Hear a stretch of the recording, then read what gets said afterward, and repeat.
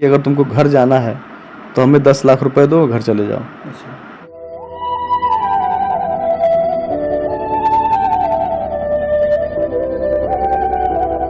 तो खोलता है, उसमें से एक पिस्तौल छोटी सी निकालता है अच्छा।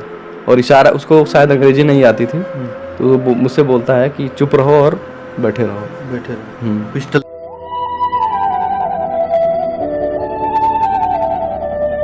रिश्तेदारों की हेल्प से, वाइफ के गहने बेचकर, माँ के गहने बेचकर, सब कुछ जैसे तैसे करके पैसा कलेक्ट करते हैं और धीरे धीरे अमाउंट में भेजना शुरू करते हैं उस पर। उसका नदी पार कर जाता हूँ तो देखता हूँ सामने बहुत ढेर सारे व्यक्ति आर्मी की ड्रेस में हैं, उनके हाथों में AK-47 बंदूकें हैं। ऐसा लगा था मैं किसी आर्मी कैंप में आ गया हूँ। 20 बाई 20 फीट की जेल थी, उसमें 60 लोग थे, एक जेल में 60 लोग। इतनी जगह थी जैसे ये स्क्वायर फीट की जगह दिख रही है आपको, एक टाइल्स की, उतनी जगह थी एक आदमी के लिए बस। उसमें हमें 2 हफ्ते रहने के लिए बोला गया था। आपका नाम प्रदीप? जी, मेरा नाम प्रदीप है जी। आप यहाँ सैदपुर के रहने वाले? जी, सैदपुर। आप कहाँ गए थे, कहाँ पे काम कर रहे थे? जी, ऑनलाइन माध्यम से मुझे जॉब ऑफर आया था। थाईलैंड में एक शहर है चियांग माई, वहाँ से एक रेस्टोरेंट मैनेजर की जॉब ऑफर थी, तो वहाँ पर मैं गया था जॉब करने। वहाँ पर मैंने 9 जनवरी को as a restaurant manager join किया था। अच्छा। प्रॉपर डॉक्यूमेंटेशन के साथ मेरा वर्क वीज़ा भी था 1 साल का। वहाँ मैंने लगभग 3-4 महीने जॉब किया। जॉब करने के बाद मुझे वहाँ लगा कि मुझे अपने सैलरी में ग्रोथ करना चाहिए, तो चेंज करना चाहिए।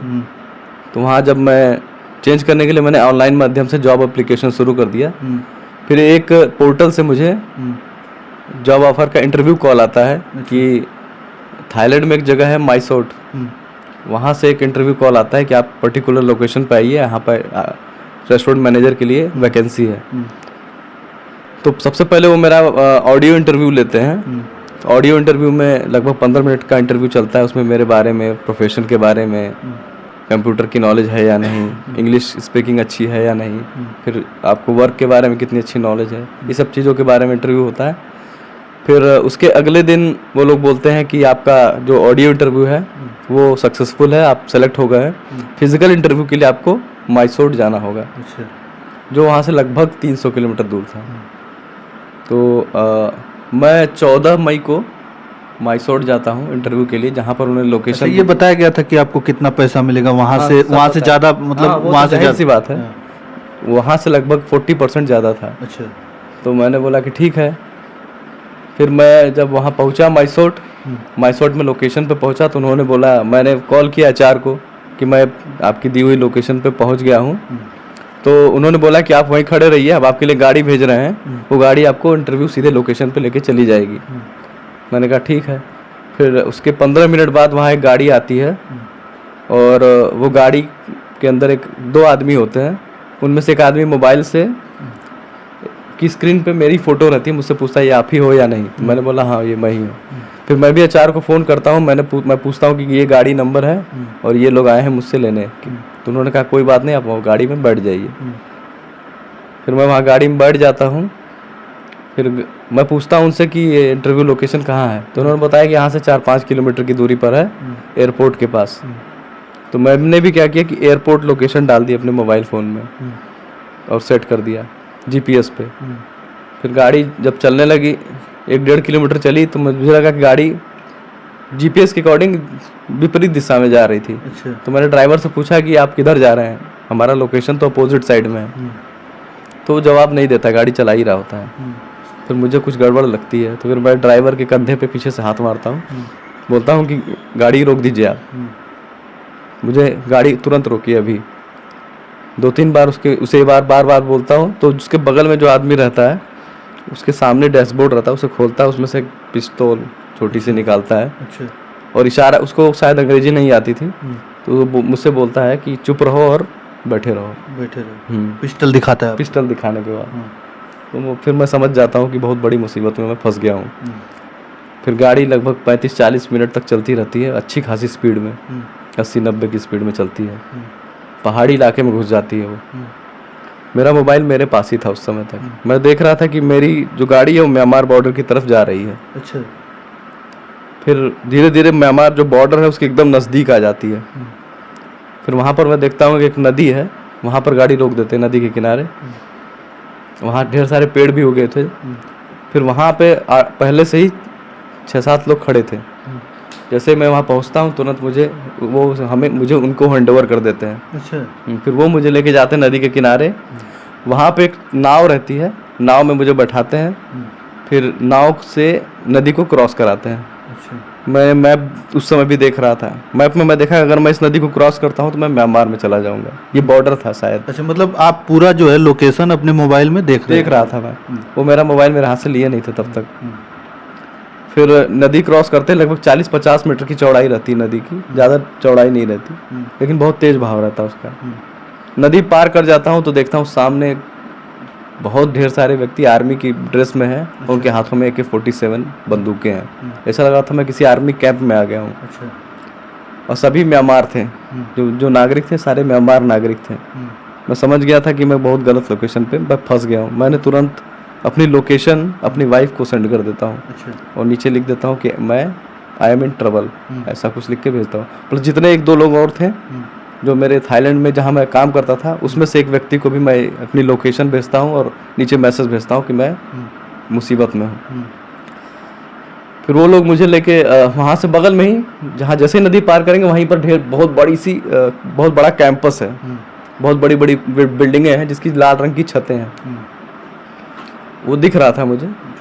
तो फिर वो मुझे कार में बैठाते हैं वहाँ से, फिर वहीं लेके उसी कैंपस के अंदर लेके जाते हैं। बहुत बड़ा गेट खुलता है, आप गेट के अंदर जाते हैं, सिक्योरिटी गार्ड आते हैं, आपका जो बैग होता है उसे चेक करते हैं, फिर आपका मोबाइल आपसे ले लेते हैं और मोबाइल को स्विच ऑफ कर देते हैं। अच्छा। फिर वहाँ पर 5-10 मिनट रुकने के बाद फिर ऑफिस से 2 लोग आते हैं। मुझे वो जो बैटरी वाली गाड़ी होती है टुक टुक टाइप की, उस पर बैठ के आते हैं, फिर मुझे लेके ऑफिस एरिया में जाते हैं। फिर ऑफिस वाइट कलर की बिल्डिंग थी ऑफिस की, 2-3 फ्लोर की। मुझे सिर्फ फर्स्ट फ्लोर पे लेके जाते हैं। वहाँ पर मैं जैसे ही फ्लोर पे घुसता हूँ, बहुत बड़ा ऑफिस रहता है, उसमें लगभग 150-200 लोग कंप्यूटर पे बैठ के अपना काम कर रहे होते हैं। अच्छा, मतलब वो पूरा कॉर्पोरेट ऑफिस जैसा? हाँ, कॉर्पोरेट ऑफिस जैसा ही था एकदम, जैसे कॉल सेंटर होता है ना, जस्ट वैसा ही एकदम। 150 से 200 लोग। अच्छा। और कोई इधर उधर नहीं देख रहा, सब अपनी स्क्रीन पर ही देख रहे हैं। अच्छा। एकदम डिसिप्लिन तरीके से बैठे हुए हैं। फिर मुझे कुछ समझ में नहीं आया। फिर वहीं पे खाली टेबल भी थी, उन्होंने बोला कि यहाँ पे बैठ जाइए आप। वहाँ मैं बैठ जाता हूँ। फिर उसके बाद 2 चाइनीज़ और एक ट्रांसलेटर आता है। चाइनीज़ ट्रांसलेटर को कुछ बोलते हैं, फिर ट्रांसलेटर मुझसे बोलता है कि तुम्हें कंप्यूटर चलाना आता है कि नहीं। मैंने बोला आता है। फिर और पूछा कि क्या तुम्हें टाइपिंग आती है। मैंने कहा हाँ, कंप्यूटर चलाना आता है तो टाइपिंग तो आती ही होगी।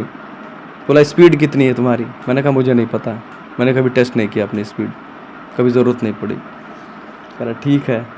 फिर उसके बाद उन्होंने वहाँ से एक दूसरा चाइनीज़ आता है, मुझे लेके जाता है नीचे बिल्डिंग से बाहर एक और दूसरी बिल्डिंग में जिसमें लोग रहते थे, उसमें 4थे फ्लोर पे लेके जाते हैं मुझे।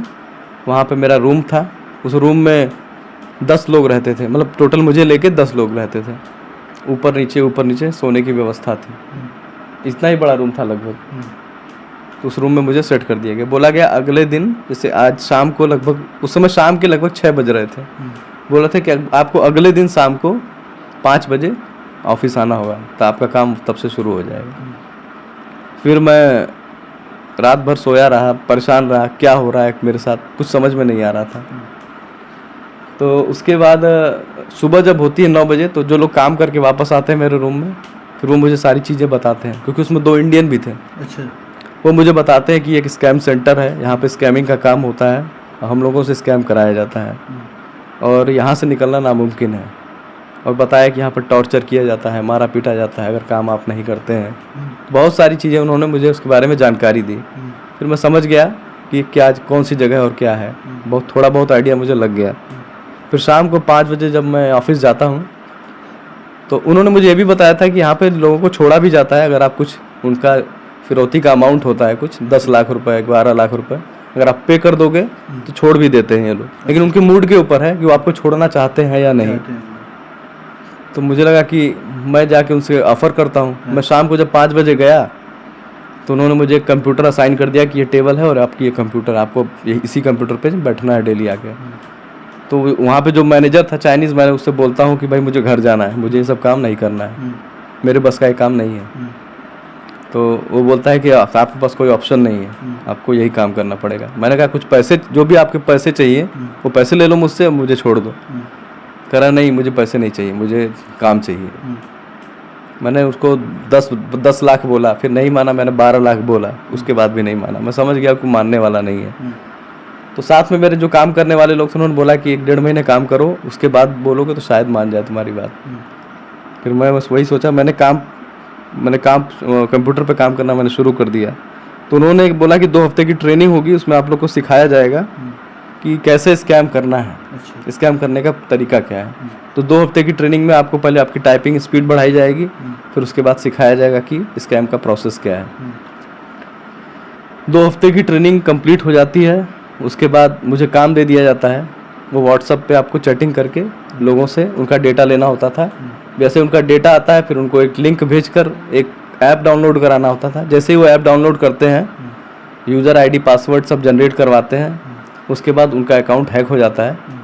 जैसे वो इतना काम करते हैं, फिर वहाँ तक हमारा काम कंप्लीट हो जाता है। फिर वहाँ के बाद चाइनीज़ हैंडल करते थे और दूसरे लोग मतलब लोगों को अलग अलग काम बांटा गया। हाँ, तो मेरा हम लोग का स्टेज यहाँ तक वहाँ तक पहुँचाना, उसके बाद चाइनीज़ वहाँ आके बैठ जाते थे, फिर वो उनके अकाउंट की हैकिंग करते थे, उनके अकाउंट से पैसे निकलवाते थे। ज़्यादातर जो कंट्री थी वो गल्फ़ कंट्री और यूरोपियन कंट्री, बल्कि जो रिच कंट्री है उनको टारगेट करते थे, एशियन कंट्री को टारगेट नहीं करते थे वो लोग। ऐसे ही काम चलता रहा। मुझे लगा कि ये कब तक चलता रहेगा, हम लोग ऐसे जो फंसे हुए हैं इस कंडीशन में। उस समय उस दौरान जो है घर पे आपसे बात होती थी कभी फोन? वहाँ पर क्या था कि कुछ लोगों के पास मोबाइल फ़ोन थे जिन्होंने चोरी से अपने पास रखे हुए थे। जो मेरे ही रूम में कुछ लोग पार्टनर्स थे, वो इथोपिया के, घाना के, अफ्रीका के लोग थे। तो उन्हीं से मैं रिक्वेस्ट करके फ़ोन लेके कभी कभी अपने घर पे फ़ोन लगा लेता था। तो बहुत 1-8 महीने जब मैंने काम किया तो मुझे लगा कि मेरे पास भी एक मोबाइल होता तो मैं अपना जो प्रोसेस है तेज़ी से काम कर सकता और ऐसी इन्फॉर्मेशन अपने घर पे भेज के या फिर अपनी सरकार को भेज के अपने आप को यहाँ से निकलवा सकता हूँ। फिर मैंने वहाँ लोगों से पता लगाया, अफ्रीका के लोगों से, मुझे भी एक मोबाइल फ़ोन चाहिए। तो उन्होंने बोला कि हाँ मिल जाएगा, उसके लिए 3000 भाट, मतलब थाई करेंसी है, लगभग इंडिया के 7-8 हज़ार रुपये इतना लगेगा, तो मैं आपको मोबाइल फ़ोन और सिम कार्ड ला के दे दूँगा। तो हमारे रूम में 3 इंडियंस थे, तो हमने तीनों ने प्लान किया कि हम 1-1 हज़ार रुपये लगाते हैं और ख़रीद लेते हैं। सबने पैसे लगाया तो हमने एक मोबाइल फ़ोन ले लिया। फिर उस मोबाइल फ़ोन से हम रेगुलर अपने घर से बातचीत करते थे। हाँ, वीडियो कॉल भी आराम से मतलब उनसे छुपा के जब रूम में आते थे काम करके तो रूम पे बात करते थे और कहीं नहीं। तो उनसे बातचीत हमारी होने लगी। तो फिर हमारे घर वालों ने मुझे एम्बेसी का नंबर दिया, इंडियन एम्बेसी का, थाईलैंड और म्यांमार का, कि आप यहाँ पे भी बात करो। वो बोल रहे थे कि आपसे डायरेक्ट बात करना चाहते हैं। तो फिर मैंने वही किया कि वहाँ की एम्बेसी को फ़ोन लगाया। अच्छा, एम्बेसी को आप डायरेक्ट फ़ोन लगाया अपने फ़ोन से। पहले थाईलैंड एम्बेसी को फ़ोन लगाया। थाईलैंड एम्बेसी को जब मैंने फ़ोन लगाया तो मैंने बताया मैं अपने बारे में कि मैं मेरा नाम प्रदीप है, मैं ऐसी सिचुएशन में फंस गया हूँ। तो वहाँ से रिस्पांस आता है कि कोई नई बात नहीं है। अच्छा। हाँ, कहते हैं कि तुम लोग पैसे कमाने के लालच में जाते हो, अब फंस जाते हो तो चिल्लाने लगते हो। तो मैंने बोला सर हम लोग का किडनैप हुआ है, अपहरण करके लाया गया, हम अपनी मर्जी से थाईलैंड म्यांमार नहीं आए हैं। कह रहे हैं कि सब लोग ऐसे ही बोलते हैं, पहले पैसे कमाने के लालच में जाते हैं म्यांमार, पर फंस जाते हैं तो बाद में बोलते हैं हमारा किडनैप हुआ है। तो मैंने कहा कि आप ऐसे क्यों बात कर रहे हैं हम लोगों के साथ? कह रहे कि तुम पहले नहीं हो, वहाँ तुम्हारे जैसे बहुत फंसे होंगे। फिर मैं बताया टॉर्चर होता, करे ये सब मुझे मत सिखाओ, मुझे सब पता है वहाँ के बारे में। मतलब इंडियन एम्बेसी जो वहाँ पे म्यांमार में है वो इस तरीके से? नहीं, जो इंडियन एम्बेसी थाईलैंड में थी, वो इस तरीके से बदतमीजी से बात कर रही थी। तो मैंने कहा कि आपसे तो बात करना ही बेकार है। फिर मैंने कहा ठीक है, मैं कहीं और बात कर लूँगा। फिर फ़ोन ऑन कट गया, कोई रिस्पॉन्स नहीं। कर हम कुछ नहीं कर सकते, वो हमारा देश नहीं है। उसने क्लियर बना कर दिया कि हमारे फ़ोन करने का कोई फ़ायदा नहीं है। फिर मेरे पास दूसरा नंबर था वीके सिंह का, जो म्यांमार के राजदूत थे। मैंने उनको फ़ोन लगाया तो फ़ोन नहीं उठाया। तो उधर से मैसेज आया कि मैसेज कीजिए, मतलब व्हाट्सएप पे मैसेज कीजिए। फिर मैंने व्हाट्सएप पे मैसेज भेजा, अपने बारे में बताया, अपना पासपोर्ट भेजा, पासपोर्ट की फ़ोटो और अपना लोकेशन भेजा कि मैं किस लोकेशन में हूँ, और डिटेल बताई। तो उन्होंने बोला ऑलरेडी आपकी कंप्लेंट हमारे पास आई हुई है, आपके परिवार वालों ने कर रखी है। और मैंने सारी सिचुएशन बताई, करा मुझे सब पता है वहाँ के बारे में। आप एक काम करो कि वहाँ की अगर जो चाइनीज़ आप जिनके अंडर में आप काम करते हो उनकी फ़ोटो वीडियोस अगर बना के हमें भेजते हो तो हम लोग के लिए काफ़ी आसान होगा, फिर हम एक्शन लेकर आपको वहाँ से रेस्क्यू करा सकते हैं। तो मैंने बोला ये बहुत ख़तरनाक काम है, अगर पकड़ा गया तो बहुत ज़्यादा दिक्कत हो सकती है, क्योंकि ये लोग बहुत दरिंदे हैं। तो बोला कि अगर आप ऐसा करोगे तो हमारा काम आसान हो जाएगा। फिर मैंने कहा ठीक है, करके देखते हैं।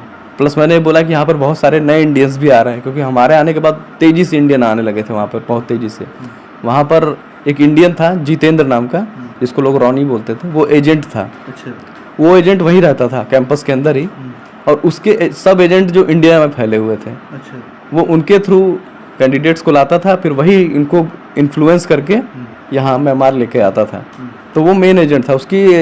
उसके अंडर में लगभग 30 से 40 इंडियंस वहाँ पर फंसे हुए थे उसकी वजह से। तो फिर ये हुआ, मैंने बोला कि यहाँ पर बहुत सारे इंडियंस आके फंस रहे हैं, तो उन्होंने बोला कि सबका पासपोर्ट आप फ़ोटो खींच के मुझे सेंड करिए। फिर मैं भी वहाँ के इंडियंस को, जो भी लड़के आ रहे थे, उनको कन्विंस करता था कि अगर हमें घर जल्दी जाना है तो हमें अपने पासपोर्ट की कॉपी भेजनी पड़ेगी। जब संख्या ज़्यादा रहेगी तो एक्शन होगा। कुछ लोग मानते थे, कुछ लोग डर जाते थे। जितने लोग भी माने, मैंने लगभग 22-23 पासपोर्ट भेजे वीके सिंह को म्यांमार में। फिर उसके बाद मैं फ़ोन लेकर अपने ऑफिस भी गया, रिस्क लेते हुए वहाँ की वीडियोस बनाया, उनकी फ़ोटो ली चाइनीज़ की, और उसको वीके सिंह को सेंड भी कर दिया म्यांमार में, म्यांमार राजदूत को। फिर उसके बाद मैं अपना काम कर रहा था। 1 जुलाई का दिन था। उस दिन मेरे रूम पे छापा पड़ता है, और मेरे रूम से एक छोटा लैपटॉप और एक मेरा मोबाइल फ़ोन, दोनों वो लोग पकड़ लेते हैं।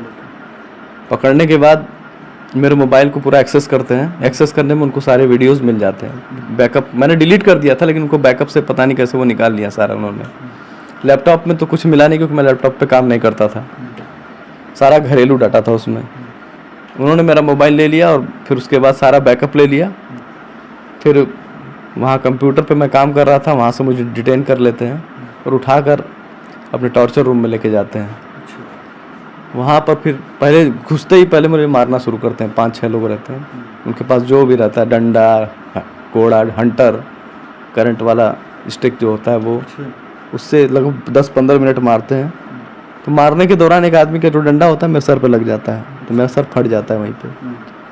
मैं वहीं गिर जाता हूँ, बेहोश, मैं बेहोशी हो गया था, क्योंकि मुझे दिख नहीं रहा था कुछ भी। फिर वहाँ से कुछ लोग उठा के लेके मुझे जाते हैं। अब कहाँ लेके जा रहे हैं मुझे कुछ आइडिया नहीं। तो शायद अस्पताल, वहाँ के जो क्लिनिक था उसमें लेके जाते हैं। वहाँ पे टाँका लगाया जाता है मुझे। टाँका लगाने के बाद फिर वापस वहीं ले आते हैं, और फिर वहीं छोड़ के चले जाते हैं। तो 1 जुलाई का दिन था। फिर जब मुझे होश आता है तो वो 3 जुलाई रहती। उस दिन मैं एक दिन पूरा बेहोश था, मुझे आइडिया नहीं क्या हो रहा था। फिर 3 जुलाई को जब होश आता है तो उस दिन थोड़ा बहुत खाना मैं खाता हूँ, चावल या समथिंग। उसके बाद फिर वो लोग शाम को आते हैं पूछने कि मोबाइल कहाँ मिला तुम्हें ये। तो फिर मैं बताता हूँ कि जो यहाँ के अफ्रीका के लोग हैं उन्होंने मुझे मोबाइल प्रोवाइड कराया था। फिर वो लोग जाके उसको भी पनिशमेंट देते हैं, मारते पीटते हैं उन लोगों को भी। फिर उसके बाद उस दिन मुझे कुछ नहीं करते हैं। फिर अगले दिन आते हैं, पूछते हैं कि तुमने वीडियो किसे भेजा है। तो मैं बोलता हूँ कि वीडियो मैंने अपने परिवार वालों को भेजा, मेरी वाइफ को भेजा मैंने। तो बोलते हैं झूठ मत बोलो, सच बताओ, नहीं तो हम तुम्हें बहुत मारेंगे। मुझे पता था कि अगर मैं बताऊंगा सच तो फिर मुझे बहुत ज़्यादा ही मारेंगे, या फिर मार भी सकते हैं जान से भी। तो मैंने बोला नहीं, मैंने अपने घर वालों को ही भेजा। कह रहा क्यों भेजा? मैंने बोला कि घर वाले देखना चाहते थे कि मैं किस कंडीशन में वहाँ पे काम कर रहा हूँ, मैं सुरक्षित हूँ या नहीं, इसलिए मैंने ये वीडियो बनाई थी। तो उन्होंने बोला कि हम बेवकूफ़ नहीं हैं, हम दुनिया को बेवकूफ़ बनाते तो हमें बेवकूफ़ नहीं बना सकते, सच बताओ। तो मैं अपने स्टेटमेंट पे कायम रहा कि मैंने अपने वाइफ को ही भेजा था। फिर वो लोग मुझे बेतासा फिर उसी तरह मारना पीटना शुरू कर दिया। फिर सर को बचाते हुए गर्दन के नीचे मार रहे थे, केवल सर पे नहीं मार रहे थे।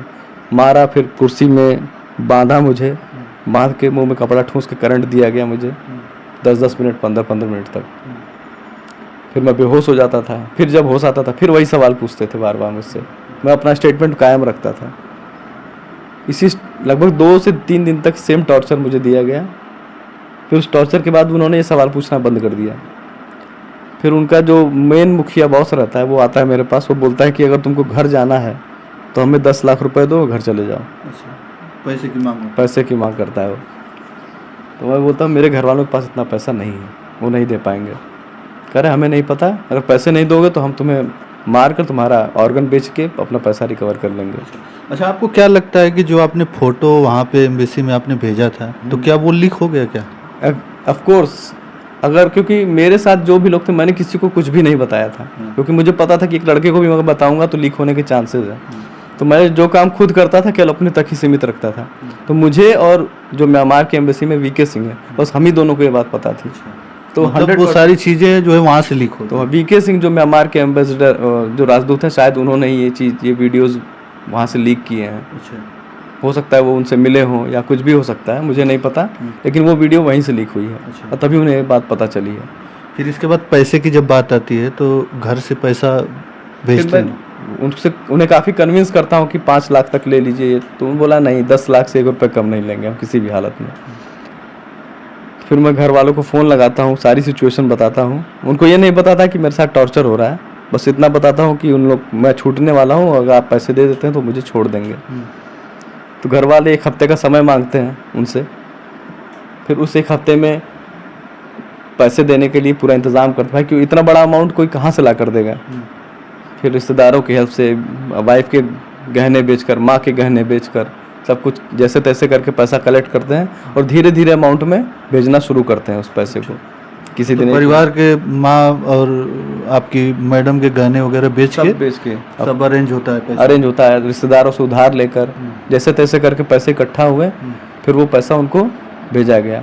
पैसे भेजने में भी धीरे धीरे समय लिया गया, तो लगभग 12 या 13 जुलाई तक सारे पैसे उनको दे दिए गए थे। लेकिन आपको यकीन था कि पैसे मिल जाएंगे तो हमको छोड़ दिया जाए? मुझे यकीन, फिर मतलब पूरा चांस, क्योंकि वो वहाँ पे कुछ इंडियंस थे जो बोल रहे थे कि छोड़ भी देते हैं, लेकिन तुम्हारा शायद केस ऐसा है कि वो तुमसे गुस्सा है, क्योंकि तुमने ऐसा कुछ किया है तो शायद तुम्हें ना भी छोड़ें। अगर नॉर्मल केस होता तो शायद तुम्हें वो छोड़ देते। तो मुझे भी ऐसा लग रहा था कि, क्योंकि वो उनका एक प्रोसेस ये भी था कि वो बेच भी देते हैं कैंडिडेट को। जैसे कि अगर आपने पैसे भी दे दिए, फिर आप क्या करेंगे, दूसरी कंपनी में बेच देंगे। वैसे ही वहाँ पर ढेर सारी कंपनियाँ हैं, तो आपको किसी और कंपनी में बेच देंगे। तो चूंकि मुझे मेरी जो सारी इन्फॉर्मेशन, जो सारी प्रोसेस था वो चल रहा था एम्बेसी में, सरकार में, कि मेरी लोकेशन यहाँ पर है, तो मैं नहीं चाहता था कि मेरी लोकेशन बदल जाए, कि बदल जाएगी फिर सरकार को या घर वालों को फिर से मेहनत करनी पड़ेगी कि उसकी लोकेशन बदल गई, अब वो यहाँ पर है। तो मैं नहीं चाहता था मेरी लोकेशन बदले। तो जैसे तैसे पेमेंट कर दिया। फिर 6 या 7 जुलाई को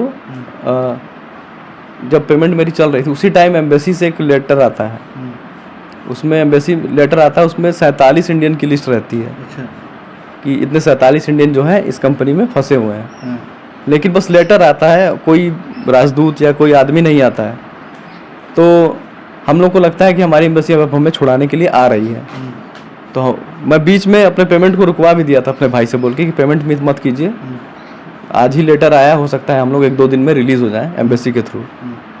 तो 1-2 दिन तक पेमेंट नहीं आती है उनके पास, और हम लोग सब बोलते आज आ रही है, कल आ रही है, 9 तारीख को आ रही, 10 तारीख को। मैं 2-3 दिन वेट किया लेकिन नहीं आई। जब पेमेंट नहीं आती तो उनको भी चाइनीज़ गुस्सा हो जाते हैं, फिर आके मुझे मारना शुरू कर देते हैं कि तुम्हारे पेमेंट क्यों नहीं आ रही है। फिर घर पे फ़ोन करवाते हैं मेरे, फिर मैं फ़ोन करता हूँ तो अपने घर वालों से बोलता हूँ कि, फिर मुझे यकीन हो जाता है कि एम्बेसी कुछ नहीं करने वाली, ये लोग बस लेटर भेज दिया लेकिन कुछ कर नहीं पाएंगे।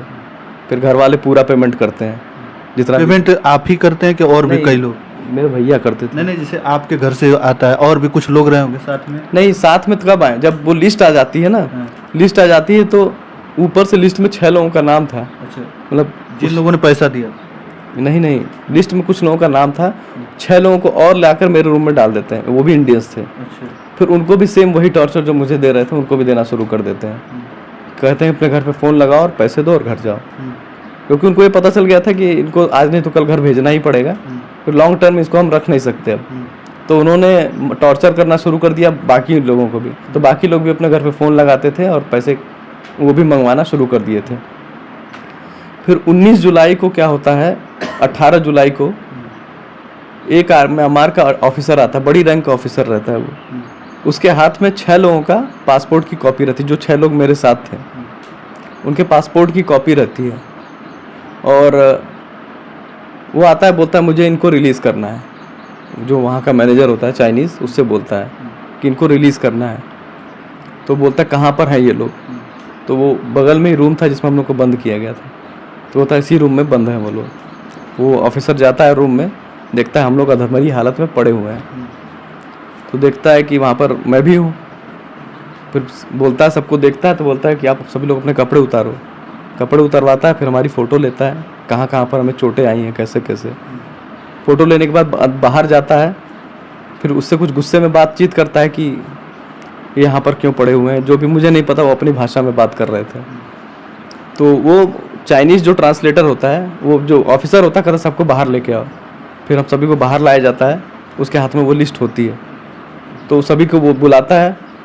6 लोगों की पासपोर्ट, जो इसकी फ़ोटोकॉपी उसके पास थी, मेरी उसमें फ़ोटोकॉपी नहीं थी। तो मुझे भी बुलाता है, पूछता है कि तुम्हारा लिस्ट में नाम है क्या। वो 47 लोगों की लिस्ट भी थी उस पर, उसके पास।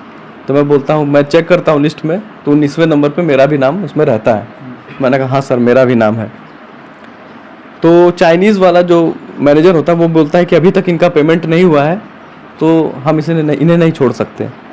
उनको, आर्मी को बोलता है ये बात, लेकिन मुझे बोलता है कि इस लड़के का पेमेंट हो चुका है, आप इसको लेके जा सकते हैं, मुझे बोलता है वो। तो जो ऑफिसर रहता है वो बोलता है ठीक है, मैं तुम्हें 2 दिन का टाइम देता हूँ, आप 2 दिन में इनसे पेमेंट ले लो जो भी है, और बाकी मैं इसको लेके अपने साथ जा रहा हूँ। तो मुझे वो वहाँ से निकाल ले जाते हैं। और उसी कैंपस में आर्मी का भी एक 2-3 कमरा बना होता है, उस कमरे में जाके मुझे वहाँ पर रख देते हैं। बोलते हैं अब तुम्हें यहाँ पर डरने की ज़रूरत नहीं है, तुम्हारा रेस्क्यू हो चुका है, अब तुम यहाँ से सीधे घर जाओगे। फिर खाना वाना ला कर देते हैं जो भी। फिर उसके बाद 2 दिन तक मुझे उसी रूम में मैं रहता हूँ। फिर 2 दिन बाद वो भी दोनों सब जो 6 लड़के थे वो भी आते हैं। उनकी कंडीशन भी एकदम बुरी हालत, 2 दिन तक उनको बहुत बुरी तरह मारा गया था पैसे के लिए। उन्होंने भी पेमेंट किया अपने घर वालों को, किसने कितना कितना किया मुझे नहीं पता, लेकिन उन सब ने पेमेंट किया था। वो भी सब 6 आते हैं जब यहाँ पर। फिर वहाँ 20 तारीख को हम लोग का रेस्क्यू होता है, आर्मी की गाड़ी आती है, हमें लेकर यहाँ से कंपनी के बाहर लेके चली जाती है। फिर वहाँ पे एक आर्मी कैंपस होता है 35 किलोमीटर दूर, मेवाड़ी नाम की जगह है, वहाँ लेके जाते हैं। वहाँ पर आर्मी कैंपस में हमें रखते हैं। फिर आर्मी कैंपस में 1 दिन वहाँ रखते हैं हमें, और फिर उसके अगले दिन वहाँ पर जिस दिन हमको वहाँ लेके जाते हैं, वहाँ पर हमारी मुलाकात होती है शंकर नाम के एक आदमी से। शंकर जब हम पहुँचते तो शंकर वहाँ पर उतर के हमारा वेलकम करता है, कहता है मुबारक हो, आप लोग छूट चुके हैं। फिर हम पूछते हैं आप कौन, तो बताता है कि मेरा नाम शंकर है, इंडियन गवर्नमेंट ने मुझे अपॉइंट किया आप लोग को रेस्क्यू करने के लिए। तो हम लोग को बहुत खुशी हुई कि बहुत अच्छी बात है। फिर वो बताता है कि ये जो 6 लोग हैं, इनके परिवार वालों ने मुझे पैसे दिए थे 2,70,000 समथिंग, तो इसलिए मैंने इनका रेस्क्यू किया था, क्योंकि खर्चा है निकालने का, आर्मी को पुलिस को हमें पैसा देना पड़ता है निकलवाने का खर्चा। आपका पेमेंट नहीं हुआ है तो आपको भी ये पैसा देना पड़ेगा, और पैसे। हाँ, तो मैंने कहा मैं ऑलरेडी पैसा दे के आया हूँ, कर उस पैसे से मेरा कोई लेना देना नहीं, ये पैसा हम रेस्क्यू ऑपरेशन में जो खर्च करते हैं उसका खर्च है।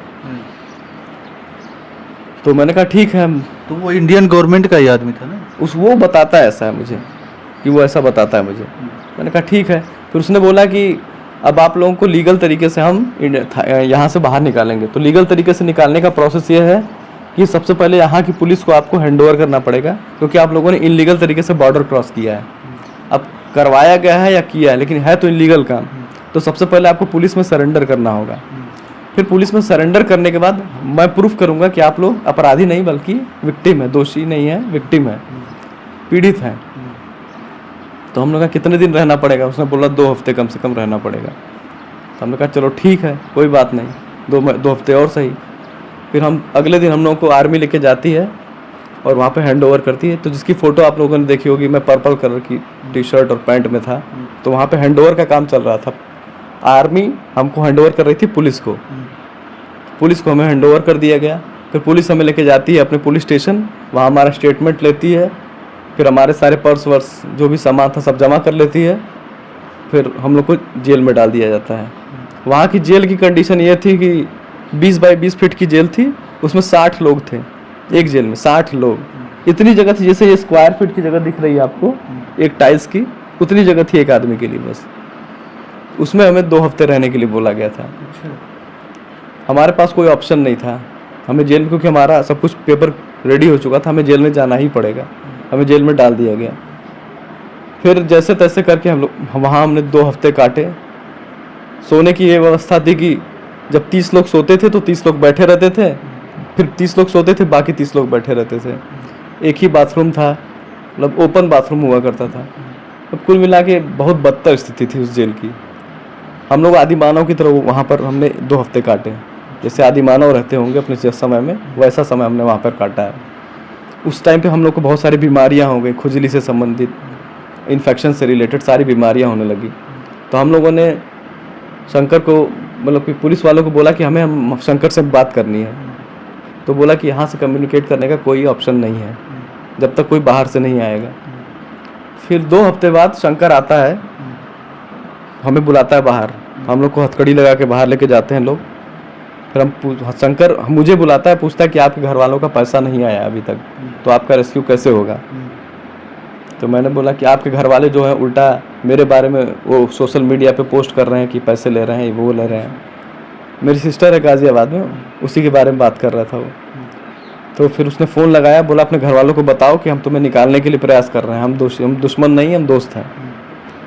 फिर मैं फ़ोन लगाता हूँ अपनी सिस्टर को, उसको सारी समस्या बताता हूँ, मैं कहाँ पर हूँ, कैसे फंसा हुआ हूँ, और मैं बोलता हूँ कि पेमेंट करने के लिए 2,70,000 है, इनको पेमेंट कर दो, तभी मैं यहाँ से निकल पाऊँगा। फिर मेरी सिस्टर वही 1 या 2 दिन में उन्होंने कैसे पेमेंट किया होगा मुझे नहीं आइडिया उसका। पेमेंट हो जाती है, मुझे जेल में वापस डाल देते हैं ये लोग, बोलते हैं कि 1 हफ्ते में हम तुम्हें वहाँ से निकाल लेंगे। फिर 1 हफ्ता भी बीत जाता है, कोई नहीं आता है। हम लोग और परेशान हो जाते हैं कि कैसे निकलेंगे यहाँ पर, पता नहीं वो झूठ बोल रहा है, सच बोल रहा है, पैसे घर वालों से कहीं उसने वो धोखाधड़ी तो नहीं कर ली। तो हम लोग एक प्लान बनाते हैं कि हम में से एक लड़का क्या करता है, हार्ट अटैक का नाटक करता है जेल में, क्योंकि वो हार्ट का पेशेंट भी था पहले से भी। तो हार्ट अटैक का वो नाटक करता है, हम लोग चिल्लाने लगते हैं ज़ोर से सिक्योरिटी के बारे में। तो सिक्योरिटी आती है, बताते हैं कि इसको हार्ट अटैक आया है तुरंत। तो उसको जेल से बाहर निकालते हैं, तुरंत अस्पताल लेके जाते हैं। फिर जैसे ही अस्पताल जाता है, वहाँ पर शंकर को भी पुलिस वाले फ़ोन कर देते हैं कि तुम्हारे कैंडिडेट को प्रॉब्लम आई है। वो भी वहाँ पहुँच जाता है।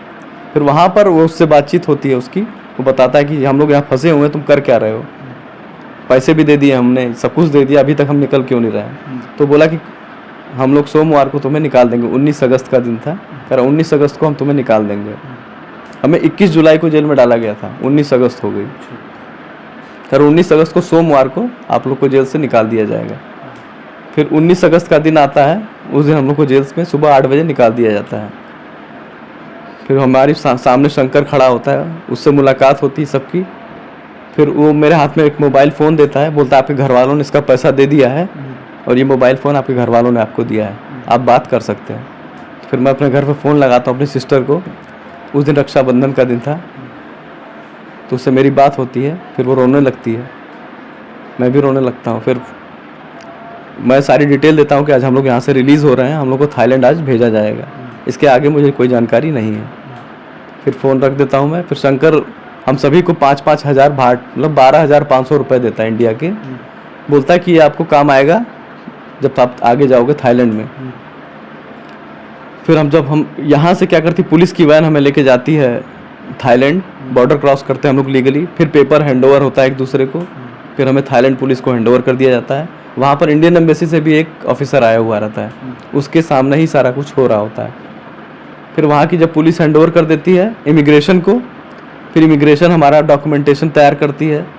उसी टाइम पे एक इंडियन एम्बेसी का एक आदमी आता है, वो हमें बताता है, वो भी बदतमीजी से बात कर रहा था, हमें आता है, पूछता है सबसे पहले मेरे बारे में कि तुम में से प्रदीप कुशवाहा कौन है। मैं बोलता हूँ मेरा नाम है। तो पूछता है कि और क्या हाल चाल है। मैंने कहा ठीक है, आपके सामने जो भी दिख रहा है।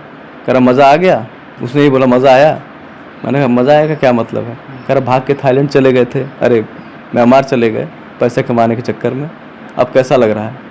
मैंने कहा मैं अपनी मर्जी से नहीं गया था, मुझे ले जाया गया था अपहरण करके। कह रहा है अपहरण शब्द का नाम मत लो, समझे तुम। अपहरण का मतलब समझते हो, जब कोई तुम्हें ज़बरदस्ती गाड़ी में खींच के बैठाता है उसे अपहरण बोलते हैं। तो मैंने कहा मुझे मत सिखाइए अपहरण क्या होता है। मैंने कहा अगर आपकी पत्नी है, वो ओला कैब बुक करती है, गाड़ी के अंदर बैठ जाए, फिर गाड़ी वाला बंदूक दिखाता है, तो उसे आप क्या बोलेंगे, उसे अपहरण बोलेंगे या क्या कुछ और बोलेंगे। तो वो चुप हो गया, कुछ उसने जवाब नहीं दिया। फिर बाकी उन लोगों से बातचीत करने लगा, उनसे भी बदतमीजी से, कुछ भी कोई सवाल पूछ रहा है, सर ये कैसे होगा, कह रहा तुझे तो उल्टा लटका के मारा जाएगा, तुझे तो ऐसा किया जाएगा, वैसा उठ पटांग जवाब दे रहा सबके साथ। तो मैंने सबसे बोला कि इससे बात ही मत करो, सब लोग शांत हो जाओ। कोई उससे बातचीत नहीं करता है, वो कुछ फॉर्म लेकर आया होता है, हम उसे फिल करते हैं, साइन करके वो चला जाता है। फिर वहाँ की पुलिस जो होती है थाईलैंड की, वो हमें लेके जाती है लोकल कोर्ट में, लोकल पुलिस थाने में। पुलिस थाने में हमें वहाँ जेल में डाल दिया जाता है। वो बताते हैं कि अगले दिन आपको कोर्ट में पेश किया जाएगा और कोर्ट में आपको सवाल पूछा जाएगा कि आपने जो म्यांमार में एंट्री की है, कि अपनी गलती मानते हैं कि नहीं मानते हैं। तो उसमें आपको जवाब देना है कि आप अपनी गलती मानते हैं।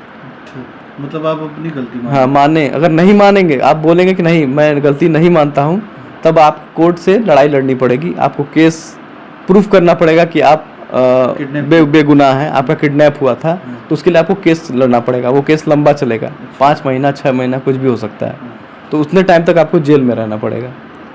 अगर आप बोलते हैं कि नहीं हमने गलती की है, तो आप पे 2000 भाट का फाइन लगा के आपको छोड़ दिया जाएगा। तो आपके ऊपर आप लोग डिसाइड कर लीजिए क्या करना है। अगर घर जल्दी जाना चाहते हैं तो अपने आप को सरेंडर कर दीजिए। कर दिया सरेंडर। क्या करते, क्या ऑप्शन था हमारे पास? वहाँ केस लड़ते दूसरे देश में, वकील कहाँ से हायर करते, पैसा वैसा था ही नहीं। ऐसी कंडीशन में कोई भी आदमी करता बस हमें घर जाना। हम उसके बाद से आपको मतलब उसके बाद वहाँ से रिलीज होके आप जो है फ्लाइट में गए, कोर्ट में हमसे पूछा गया गिल्टी नॉट गिल्टी, हमने बोला गिल्टी। फिर वहाँ पे हमने पैसे पेमेंट किए, तुरंत हमें वहाँ से बरी कर दिया गया। फिर वहाँ की वही लोकल कोर्ट माइसोट में ही थे हम लोग समय थाईलैंड में, वहाँ पे हमें डिटेंशन सेंटर में रख दिया गया। बोला 2 दिन बाद आपको बैंकॉक भेजा जाएगा। फिर 2 दिन बाद हम 15 लोग थे टोटल, वो हम लोग को बैंकॉक भेजा गया। बैंकॉक में भी एक डिटेंशन सेंटर था जहाँ से लोगों को डिपोर्ट किया जाता है उनके देश, जो भी जहाँ के होते हैं। तो फिर वहाँ पे जब वहाँ हम पहुँचे तो वहाँ पर जब गए तो वहाँ भी देखा कि छोटे से कमरे में ढेर सारे लोग भरे हुए थे भेड़ बकरी की तरह। उसमें बहुत सारे इंडियंस भी थे। फिर वो हमें बताते हैं वहाँ के बारे में कि यहाँ पर जो एम्बेसी है वो भेजने में कभी 1 महीना से 1.5 महीना ले लेती है एक आदमी को उसके घर भेजने में। फिर उसी के अगले दिन एम्बेसी आती है भारत की, हम 6 लोगों को बुलाती है, बताती है कि हम आपको यहाँ से भेजेंगे, डिपोर्ट करेंगे आपके घर। शुक्रवार का दिन था, बोली कि सैटरडे संडे हमारा ऑफ रहता है, मंडे को जन्माष्टमी है, छुट्टी रहेगी, मंगलवार से आपका प्रोसेस शुरू होगा और 1 हफ्ता वर्किंग डेज लगेगा। उसके बाद आपका पेपर फाइल तैयार होगा, उसके बाद आपके घर वाले टिकट कटा के देंगे। पैसा वो टिकट नहीं कटाएंगे, हमारे घर वाले ही टिकट कटा के देंगे। फिर उसी फ्लाइट में आपको टिकट कटा के हम लोग आपके घर भेजेंगे। मैंने पूछा इस प्रोसेस में लगभग कितना टाइम लग जाएगा, तो उन्होंने बोला कि लगभग 15 से 20 दिन का समय लग ही जाता है, क्योंकि उसमें छुट्टियां भी होती हैं बीच बीच में। हमने कहा चलिए ठीक है कोई बात नहीं। उसके बाद क्या होता है कि हम लोग जब वापस अपने डिटेंशन सेंटर में जाते हैं, वहाँ पे एजेंट हमें मिलते हैं।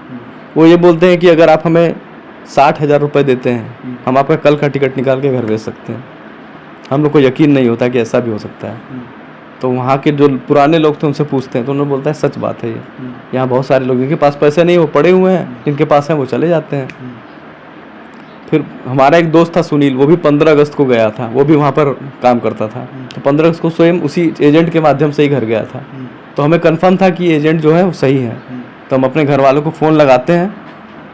वहाँ फ़ोन लगाने के लिए 1000 रुपये पे करना पड़ता था अपने ही मोबाइल से। 1000 रुपये घूस लेते थे, तब हमें फ़ोन करना अलाउ होता था। घर वालों को फ़ोन लगाया, हमने बताया ऐसी सी सिचुएशन है, ये एजेंट का अकाउंट नंबर है, इसमें 60,000 रुपये भेजिए तो ये हमारा टिकट बना देंगे। तो शनिवार को हमने पेमेंट किया था 60,000 रुपये सभी 6 लोगों ने।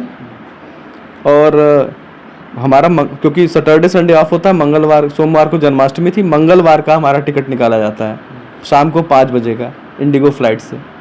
तो मंगलवार को हम लोग को फ्लाइट में मतलब यहाँ से भेजा जाता है, फ्लाइट में बैठाया जाता है।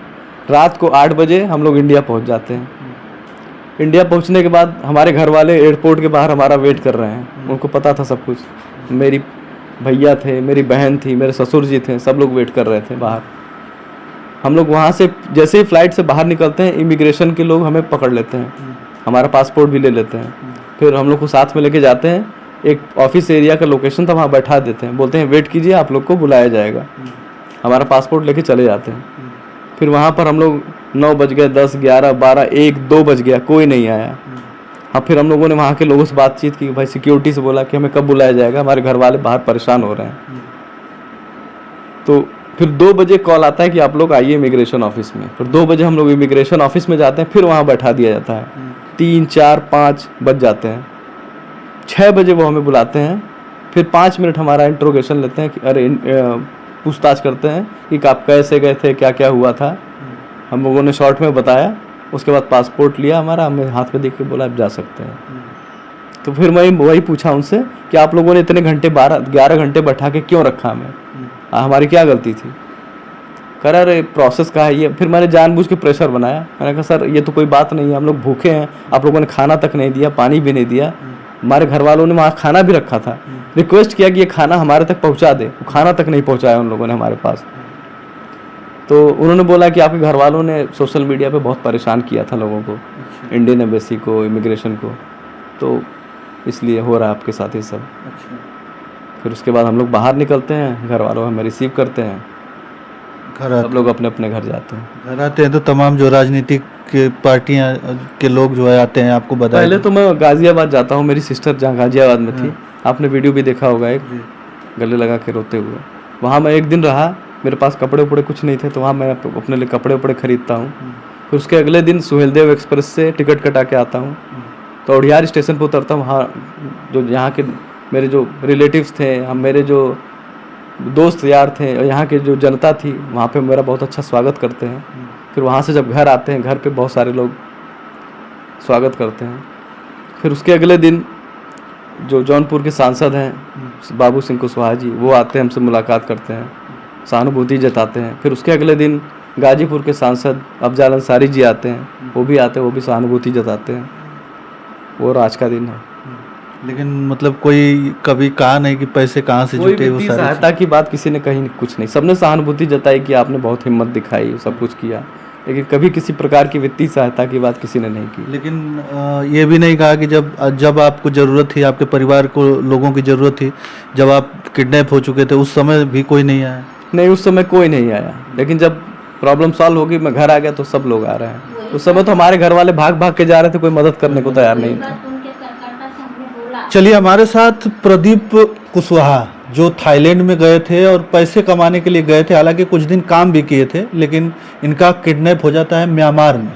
और ये वीडियो उनके लिए है जो पैसे कमाने के लिए जाते हैं, वो सोचते हैं कि हम जाएंगे और अब पैसे कमाएंगे तो अपने घर का जो घर की समस्या है तमाम उसको सॉल्व कर सकते हैं, अपने घर की देख रेख कर सकते हैं। लेकिन ये प्रदीप कुशवाहा है जो उस बात का गवाह है कि इन्हें कितनी प्रताड़ना झेलना पड़ा। म्यांमार में किडनैप हो जाते हैं, किडनैप होने के बाद क्या क्या इनके साथ होता है, सारी कहानी इन्होंने बयां की है। तो थोड़ा सा अगर आप जाते हैं बाहर, कंट्री से बाहर जाते हैं, इंडिया से बाहर जाते हैं, तो सोच समझ के और जांच परख के जाएं, है ना प्रदीप जी? जी जी। क्या कहेंगे जो लोग जाते हैं बिना सोचे समझे, कहीं भी जाके फंस जाते हैं?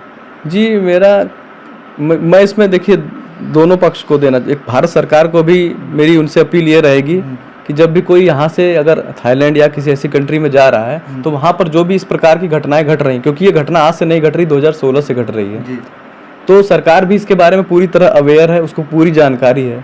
तो जब भी कोई यहाँ से जाता है तो इमिग्रेशन की ये जिम्मेदारी है कि उसको वो जानकारी दे, क्योंकि जब आपकी इमिग्रेशन होता है तो पूछताछ की जाती है, आप क्यों जा रहे हैं, किस लिए जा रहे हैं। तो पूछताछ के दौरान उसको हिदायत देनी चाहिए कि वहाँ पर ऐसा ऐसा भी होता है, आपको सतर्क रहना चाहिए।